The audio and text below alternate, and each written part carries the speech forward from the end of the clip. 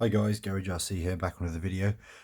Today's video we're going to do the follow-up to the previous Mini Z MR03 EVO video, where it didn't actually show me setting up the ball diff or tightening the ball diff or the shock. So I thought I'd combine that with a unboxing video today and unbox this 20th anniversary chassis set from Mini Z Kyosho, the MR03 EVO, which comes with the alloy hop-ups already installed. So I'm going to unbox this today. I probably will speed the video up a little bit just so we can get to the setting up the diff and the shocks, but I thought I'd do an unboxing anyway just so you can see it. Off we go. Okay, wow. So we've done this before. I'm not going to go through the detail of the spare parts here and the accessories because they're the same as the EVO, but let's just have a look at this in the case. Okay, wow, that looks pretty nice. So we've got those little shiny red parts to catch your attention and get you excited. It's got an upgraded shock, all alloy. Okay guys, let's get this out of the box and get it set up. So guys, in the instructions there's a little sheet here that tells you how to top up the oil into the shock absorber. Now I've done this lots of times before for larger scale cars, but the main thing here, the shock's already assembled. You've just got to disassemble it, put the oil in, put the cap back on and screw it back together again. I like to move the shock up and down and make sure there's no bubbles inside, which I will do as a demo of. I'll do a demo of it now. Okay, here we go. First we're going to remove the shock.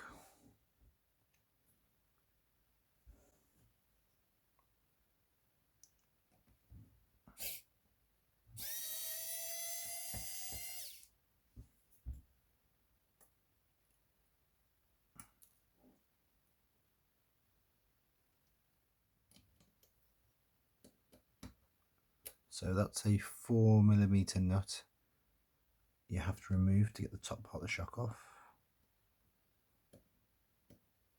There's also a spring here that I've just popped to the side.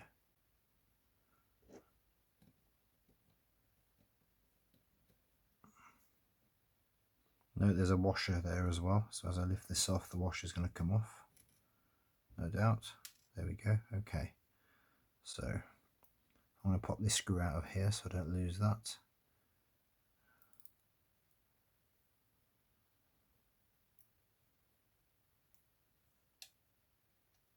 Screw has a washer on it as well. Keep the washer on, and then you've got the shock here. Okay, and you can feel at the moment there's no oil in the shock.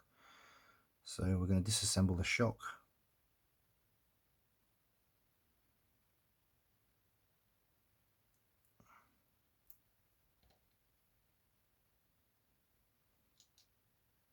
It's a cute little thing.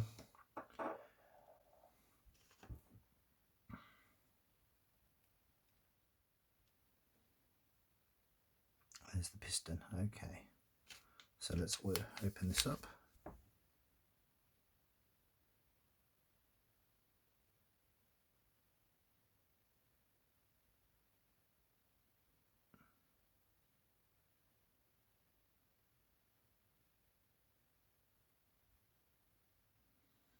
So you can go crazy with this, just don't get too messy, otherwise it will go everywhere. Then I just pump this up and down and make sure there's no air bubble in there. Probably just saw one come to the surface then.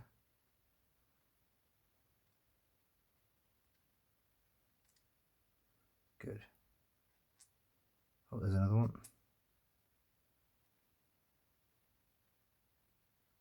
Right, I'm happy with that.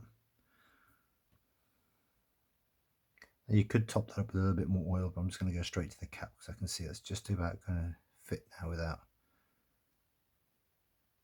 Yep. Getting oil everywhere, which I don't want to do. It's a tiny little thing, isn't it? Okay. Now, the spring goes back on.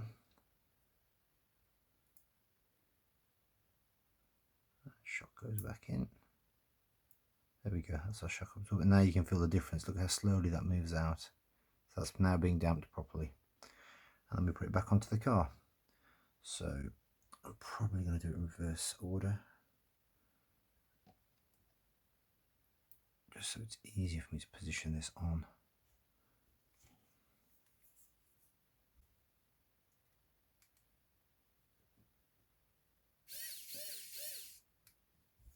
So slightly tighten that.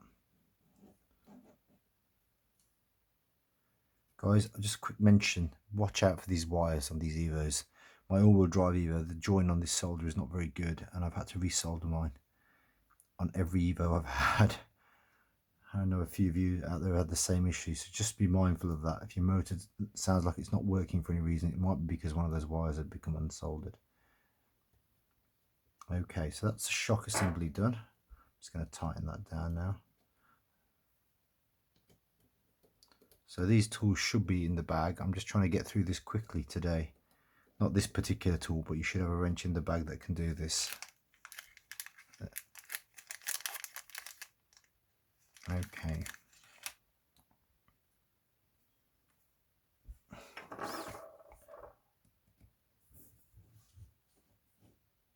So I'm hand tightening the last bit. Okay, so that's the shock in place. That's better. Definitely feel some dampening off of that. It's a really nice assembly on the back here. I still haven't seen a better assembly than my MR02, the one I've hopped up one I've got, which at some point I would like to make brushless, and that would be a beautiful car to run. I'll have to bring that out in another video, but that's been hopped up and it's amazing. It's almost a little bit squeaky there. I'm wondering whether I should maybe put a tiny bit of AWD on that just to let it slide better. The thing is, the more grease you put on something, the more dust you attract. So see if I can get away with it. Push it right forwards, put a tiny drop in of this oil. Literally just going to paint a little bit on, and I'll wipe off the. That's better.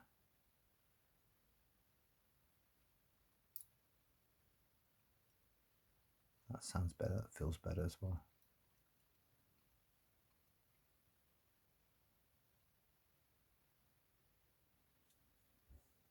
Okay, I'm happy with that. So that's the shock absorber done. Right. I'm now going to put the wheels on the car. You've seen me do this in the previous video. It's exactly the same. So I've got my McLaren body with the tyres and wheels already set up. I'm going to put that together, and then we're going to adjust the diff, which I didn't do on the last video, and then we're going to run it on the track. There are some alloy optional parts here that I've not installed, again for the sake of convenience, but if you look at the back here, you can see there's a carbon fibre piece to hold the suspension in. They've got an alloy version that you can replace that with in the kit. This is a heatsink I can stick onto the back, which again I will do later. Let's just get this car running today. So the only thing I'm going to check is the diff. On the EVO, the diff was a little bit loose. What that meant was that sometimes under power you could hear it slipping a little bit, but you can tighten it up from a notch in here with an Allen key. But when I was trying to find a video on YouTube to show how to do it, I couldn't find a single one. So I'm going to do that today just to demonstrate how you tighten that up. Okay, guys. So yeah, on the last EVO unboxed, the diff was a little bit loose. Now this one actually is a little bit tighter, so I'm not going to mess with it too much, but the idea is that this bit here, this disc here, is what loosens and tightens your diff to decide how much the wheels are going to slip. So what I mean by that is when you turn both wheels, you can see I'm turning the cog. Now if I was to hold this black gear and turn the wheels, there's going to be a little bit of slip. There is, you can just see it there. Now I'm actually happy with that level of slip on this. On the last one I had, when I took it out of the box, there was too much slip, and when I put the throttle on hard, you'd hear this slipping. So it's a limited slip differential, which is what you want, but you decide how much slip is good for you. So guys, for the purpose of this video, I'm going to quickly show you how this works. So you can see how loose that is now. I'm holding the wheels and the black gear is turning. So I've got quite a lot of slip there. And if I want to decrease that slip, put my Allen key in there and I turn that anti-clockwise to tighten. That will tighten it now. Sorry, clockwise to tighten, anti-clockwise to loosen. Now, let's go a bit more.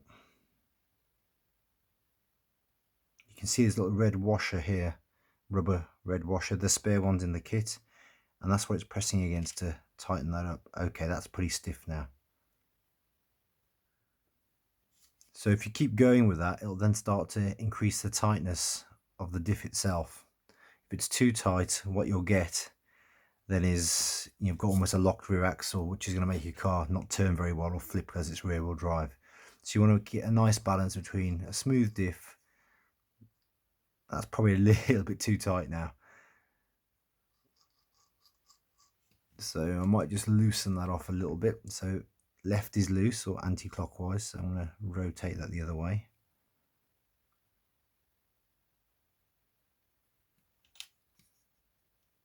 That's better.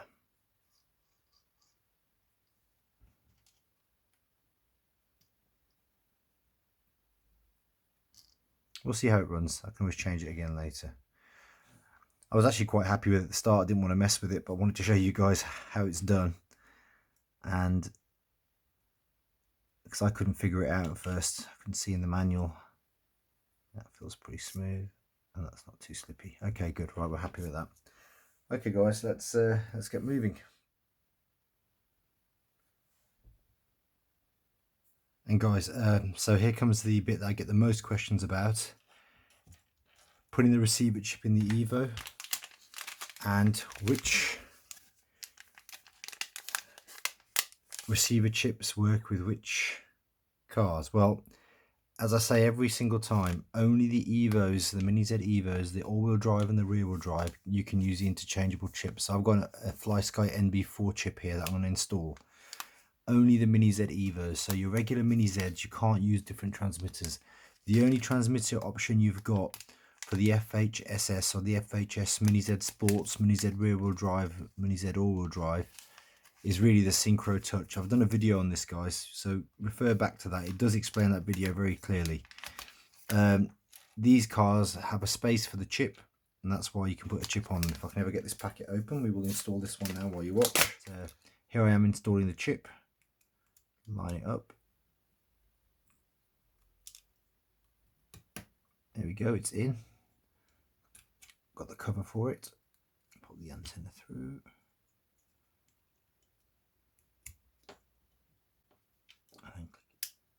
In. Okay, get some batteries in and get this paired up. So guys, I've already put this car, the transmitter, into bind with Mini Z EVO mode. There's a separate setting which I showed last time, and that will enable you to bind with the Mini Z, otherwise it won't work. All we've got to do then is press bind with the receiver, turn the car on while pressing the button, and it will bind. So here we are again, guys, with the ICS manager. As you guys know, I absolutely do not like using this, but to be fair, once it's all set up, it's not that difficult to use. It's just getting the software to work on your computer that's a bit of a pain. But so we're here now because as I've set the car up and I found this, I thought the problem had gone away with the EVOs, but my steering is way off to the right and I'm having to trim heavily to the left, and that does affect. Everyone just said trim heavily to the left and you're fine. No, I find it affects the steering endpoints and everything just feels off balance. So I'm hooking mine up now to the ICS manager, and I'm going to just quickly check how much trim I had to put in to get it to go straight. So I'm just turning my transmitter on, and my trim is on nearly 80 to the left because it was veering to the right. So what we need to do, I'm going to put this into the old car or the ICS manager now. So on these EVOs, you turn it on, plugged into the ICS, and there we go, I've done that. It's off screen, but I've got plenty of videos showing me plug it in. And then you go to the button that says read, which is just down here. Read complete. And let's have a look at what we're dealing with. Okay, so